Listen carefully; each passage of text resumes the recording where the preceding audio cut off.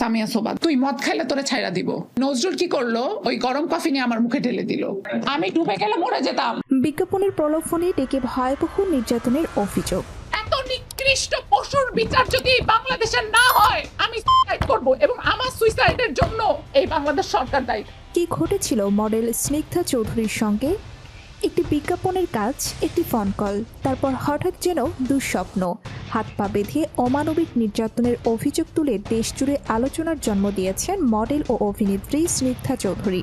কিন্তু আসলে কি ঘটেছিল আর কি বলছেন তিনি নিজেই? চলুন জেনে নেওয়া যাক বিস্তারিত। আমি ওনাকে বলছি, আমার মা ওপেন হার্টের পেশেন্ট, আপনি আমাকে প্লিজ মাফ করেন, আমি কিচ্ছু করি না। সাম্প্রতিক সময়ে রাজধানী ঢাকায় ঘটে যাওয়া একটি ঘটনা সামাজিক যোগাযোগ মাধ্যম থেকে শুরু করে বিনোদন অঙ্গন পর্যন্ত ব্যাপক আলোচনার জন্ম দিয়েছে।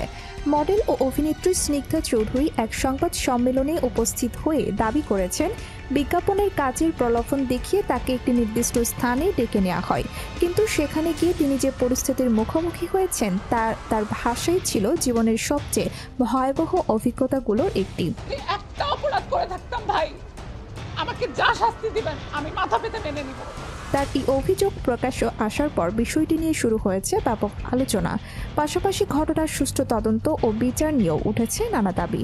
রাজধানীর খিলক্ষেতে আয়োজিত সংবাদ সম্মেলনে স্নিগ্ধা চৌধুরী জানান, প্রথমে একজন নারী নিজেকে বিজ্ঞাপনের প্রতিষ্ঠানের প্রতিনিধি হিসাবে পরিচয় দেন এবং একটি সম্ভাব্য বিজ্ঞাপনের কাজের বিষয়ে যোগাযোগ করেন। সেই বিশ্বাস থেকেই তিনি নির্ধারিত স্থানে যান, কিন্তু সেখানে পৌঁছানোর পর পরিস্থিতি সম্পূর্ণ বদলে যায় বলে অভিযোগ করেন তিনি। তার দাবি, কয়েকজন ব্যক্তি তাকে জোরপূর্বক আটকে রাখে, হাত পা বেঁধে শারীরিক ও মানসিকভাবে নির্যাতন চালায় এবং ভয়ভীতি প্রদর্শন করে। সংবাদ সম্মেলনে তিনি বলেন, ওই সময় তিনি অসহায় অবস্থার মধ্যে ছিলেন এবং বারবার সাহায্যের চেষ্টা করেও কোনো সুযোগ পাননি। তার অভিযোগ অনুযায়ী নির্যাতনের পুরো সময়টি ছিল অত্যন্ত ভয়াবহ এবং সেই মানসিক আঘাত এখনও তিনি কাটিয়ে উঠতে পারেননি। তিনি আরও দাবি করেন, ঘটনার পর তিনি আইনের আশ্রয় নেওয়ার উদ্যোগ নেন এবং সংশ্লিষ্ট কর্তৃপক্ষের কাছে অভিযোগও করেছেন। একই সঙ্গে তিনি বলেন, এই ঘটনার সুষ্ঠু তদন্ত হওয়া প্রয়োজন, যাতে প্রকৃত সত্য উদ্ঘাটিত হয় এবং অভিযোগের সত্যতা প্রমাণিত হয়। একই সঙ্গে তিনি বলেন, এই ঘটনার সুষ্ঠু তদন্ত হওয়া প্রয়োজন, যাতে প্রকৃত সত্য উদ্ঘাটিত হয় এবং অভিযোগের সত্যতা প্রমাণিত হলে দায়ীদের বিরুদ্ধে আইন অনুযায়ী ব্যবস্থা নেওয়া যায়। সংবাদ সম্মেলনে উপস্থিত হয়ে স্নিগ্ধা চৌধুরী আবেগাপ্লুত কণ্ঠে বলেন, এমন অভিজ্ঞতার মধ্য দিয়ে আর কোনো নারী যেন যেতে না হয়। তার ভাষ্য অনুযায়ী তিনি শুধু নিজের জন্য নয়, একই ধরনের প্রতারণা বা সহিংসতার শিকার হতে পারেন এমন সব নারী নিরাপত্তার স্বার্থেও বিচার দাবি করছেন। এদিকে ঘটনাটি প্রকাশ্য আসার পর সামাজিক যোগাযোগ মাধ্যমে শুরু হয়েছে নানা ধরনের প্রতিক্রিয়া। কেউ তার অভিযোগের নিরপেক্ষ তদন্তের দাবি জানিয়েছেন, আবার কেউ পুরো বিষয়টি নিয়ে আইন শৃঙ্খলা বাহিনীর দ্রুত পদক্ষেপ প্রত্যাশা করছেন। তবে মনে রাখতে হবে, এখন পর্যন্ত প্রকাশ্য আসা তথ্যের বড় অংশই অভিযোগকারীর বক্তব্যের ওপর ভিত্তি করে। তাই তদন্ত শেষ হওয়ার আগে কাউকে দোষী বা নির্দোষ বলে সিদ্ধান্তে পৌঁছানো উচিত নয়। আইন বিশেষজ্ঞরাও মনে করেন, এমন সংবেদনশীল ঘটনায় নিরপেক্ষ তদন্তই সবচেয়ে গুরুত্বপূর্ণ।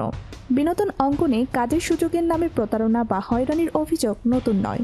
বিভিন্ন সময় এমন অভিযোগ সামনে এসেছে যা শিল্পী ও মডেলদের নিরাপত্তা নিয়ে নতুন করে প্রশ্ন তুলেছে। বিশেষজ্ঞদের মতে, অপরিচিত ব্যক্তি বা প্রতিষ্ঠানের সঙ্গে কাজের আগে পরিচয় ও বিশ্বাসযোগ্যতা যাচাই করা জরুরি। পাশাপাশি নিজের অবস্থান পরিবারের সদস্য বা পরিচিত কাউকে জানিয়ে রাখাও নিরাপত্তার জন্য গুরুত্বপূর্ণ হতে পারে। তবে কোনো অপরাধ ঘটলে তার দায় কখনোই ভুক্তভোগীর নয়, দায় অপরাধীদেরই। এখন সবার নজর থাকবে তদন্তের অগ্রগতি এবং আইনগত প্রক্রিয়ার দিকে। তদন্তে যাই সত্য হিসাবে উঠে আসুক, সেটি হওয়া উচিত বিচার ও জনমতের ভিত্তি।